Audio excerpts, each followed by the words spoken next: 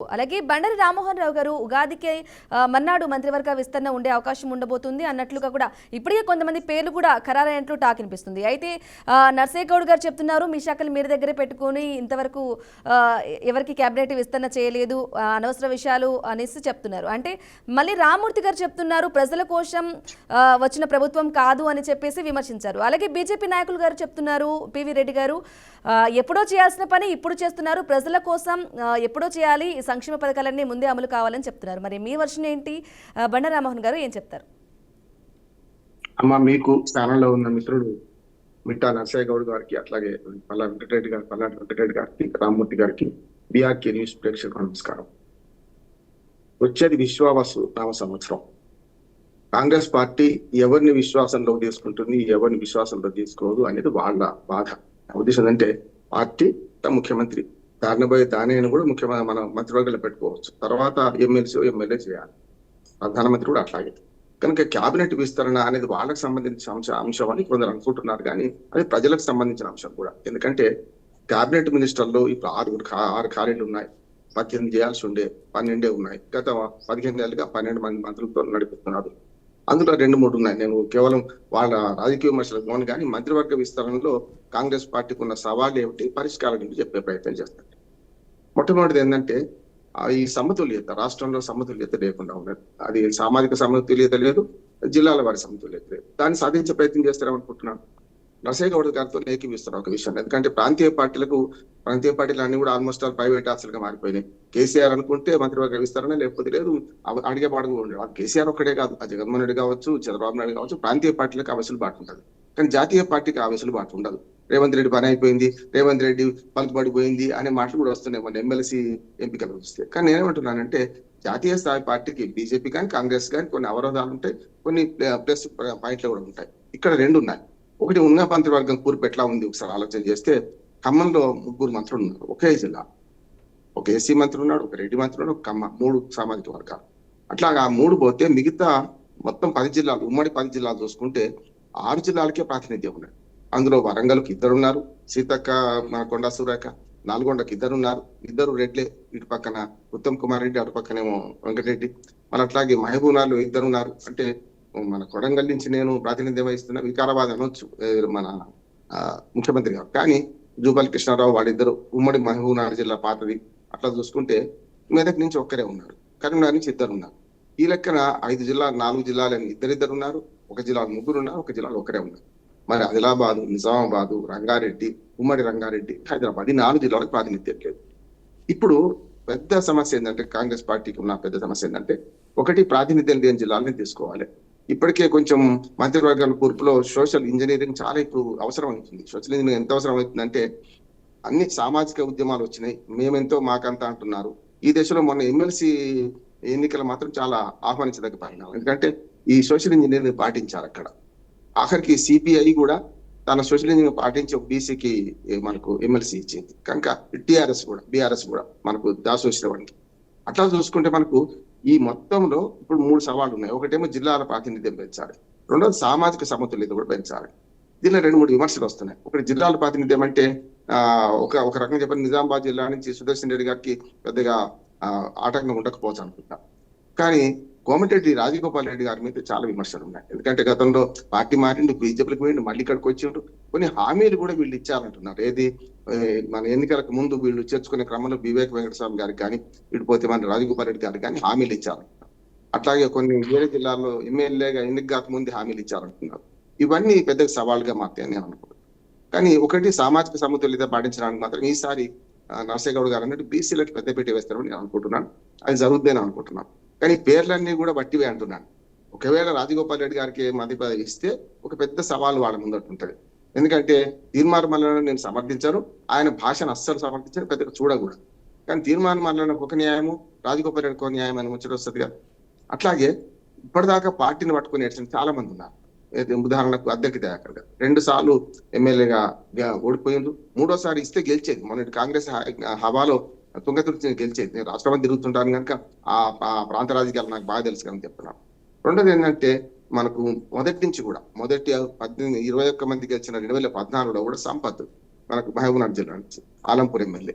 అప్పుడు కనుక ఆయనకు కూడా అవకాశాలు ఉంటాయని అనుకున్నారు. కానీ ఇప్పుడు ఏమైందంటే ఇటువంటి యువతకి ఎప్పుడు రావాలి అనే సమస్య వస్తుంది. కాంగ్రెస్ పార్టీలో మొదటి నుంచి కూడా ఒక పెద్ద విమర్శ ఏంటంటే వృద్ధ జంబూకాలు లేకపోతే బాగా సీనియర్లే మాకే మంత్రి పదవి కావాలనుకుంటారు.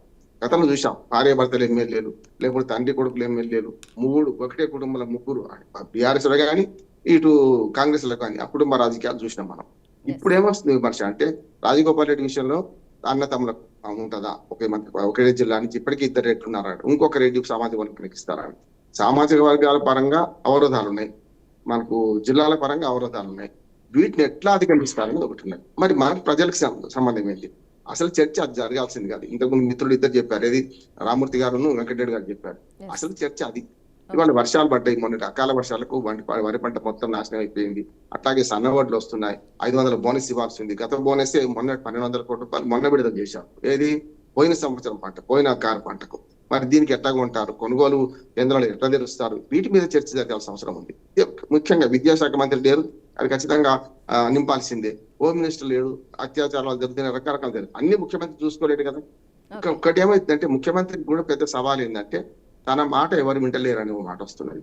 అంటే అధిష్టాన వర్గం పక్కన పెడదు, గతి లేని సంసారం చేయొచ్చు కానీ శుద్ధి లేని సంసారం చేయలేము. ఇక్కడ సమస్య ఏంటంటే అందరూ మంత్రులు స్వతంత్రంగా వ్యవహరిస్తున్నారు.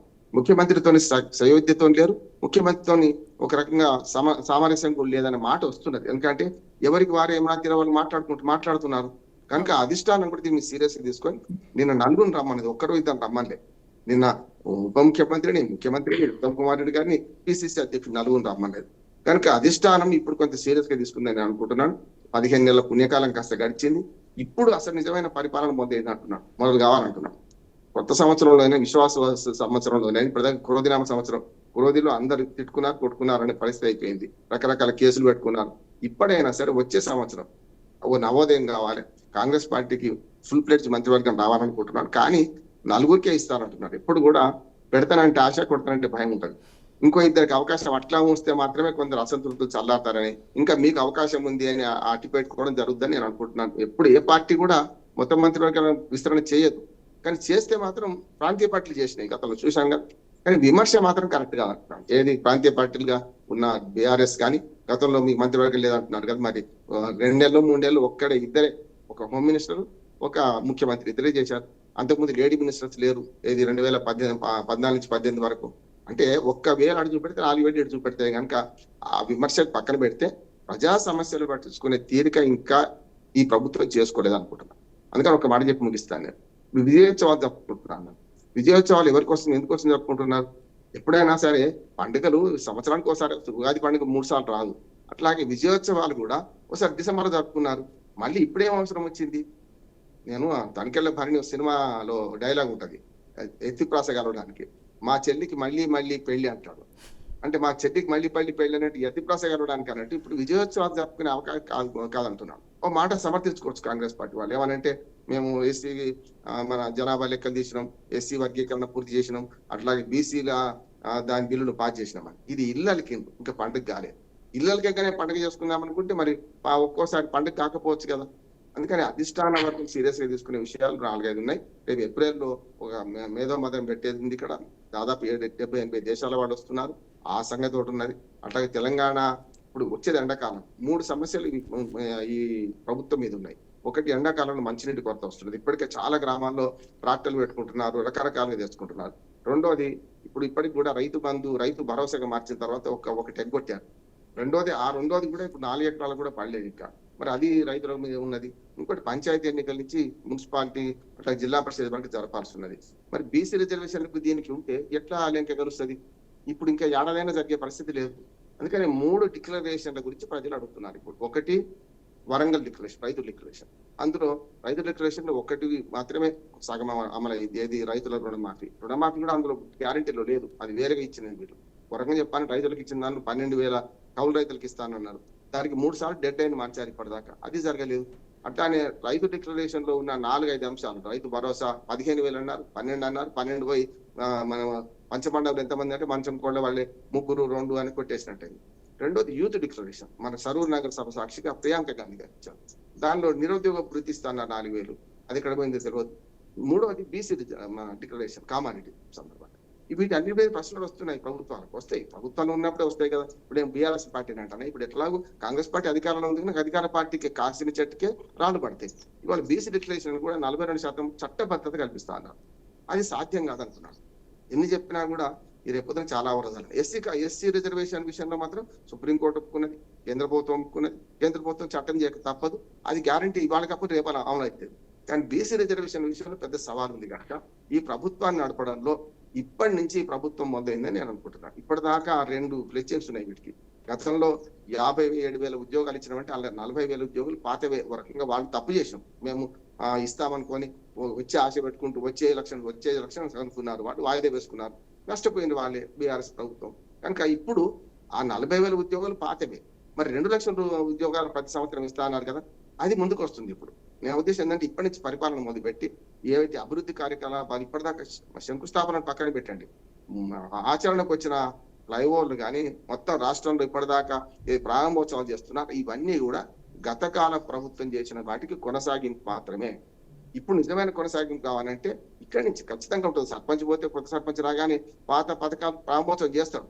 కానీ ఇప్పుడు చేయాల్సిన పని ఇడిచిపెట్టి ఇప్పుడు ఈ మంత్రివర్గ విస్తరణ చుట్టూ రాజకీయాలు తిరుక్కుంటూ, సరే తిరగాల్సింది మంత్రివర్గ విస్తరణలో వాళ్ళ బాధలు వాళ్ళకుంటే శీత కష్టాలు సీతవి, పీత కష్టాలు పీతవి. కానీ ఇప్పుడు జరగబోయే నేను చెప్పిన ప్రజా సమస్యల మీద స్పందించాల్సిన అవసరం ఉన్నది. ముఖ్యంగా విద్యాశాఖలో పేపర్ లీకేజ్ నుంచి మొదలుపెట్టి పరీక్షలు జరుగుతున్నాయి, వచ్చి అకాడమిక్ ఇయర్ నుంచి చేస్తున్నా అంటున్నారు. కొన్ని అమలు కాని పథకాలను కూడా ఇప్పటిదాకా అమలు అవుతున్నట్టు గవర్నర్ చేత అబద్ధాలు చెప్పించారు, ఇప్పుడు కూడా కొన్ని అబద్ధాలు చెప్తున్నారు. ఇది కరెక్ట్ కాదు. ప్రజలు గమనిస్తున్నారు కదా, వాళ్ళ నిత్య జీవితంలో రైతు బంధు, రైతు భరోసాగా వచ్చిందా లేదా, అట్లాగే మోడల్ స్కూల్స్ కడుతున్నారా లేదా. గతంలో కేసీఆర్ గారు కూడా అదే పని చేసిండ్రు. 4 ఆసుపత్రులు అయిపోయినాయి, తెల్లారికల్లా అయిపోయి అన్నారు. 4 దిక్కులు, హైదరాబాద్ 4 దిక్కులు ఎక్కడ పోయినాయి. అందుకనే వారేమో పొద్దుంది పొలం ఉంది, ఇంకో 10 ఏళ్ళు ఉందని వాళ్ళు అశ్రద్ధ చేశారు. మీకు కూడా సమయం లేదు మిత్రమా అన్నట్టు ఇక 3 సంవత్సరాలు మిగిలింది. వెంకటరెడ్డి గారు అంటే 3 సంవత్సరాలు మిగిలింది.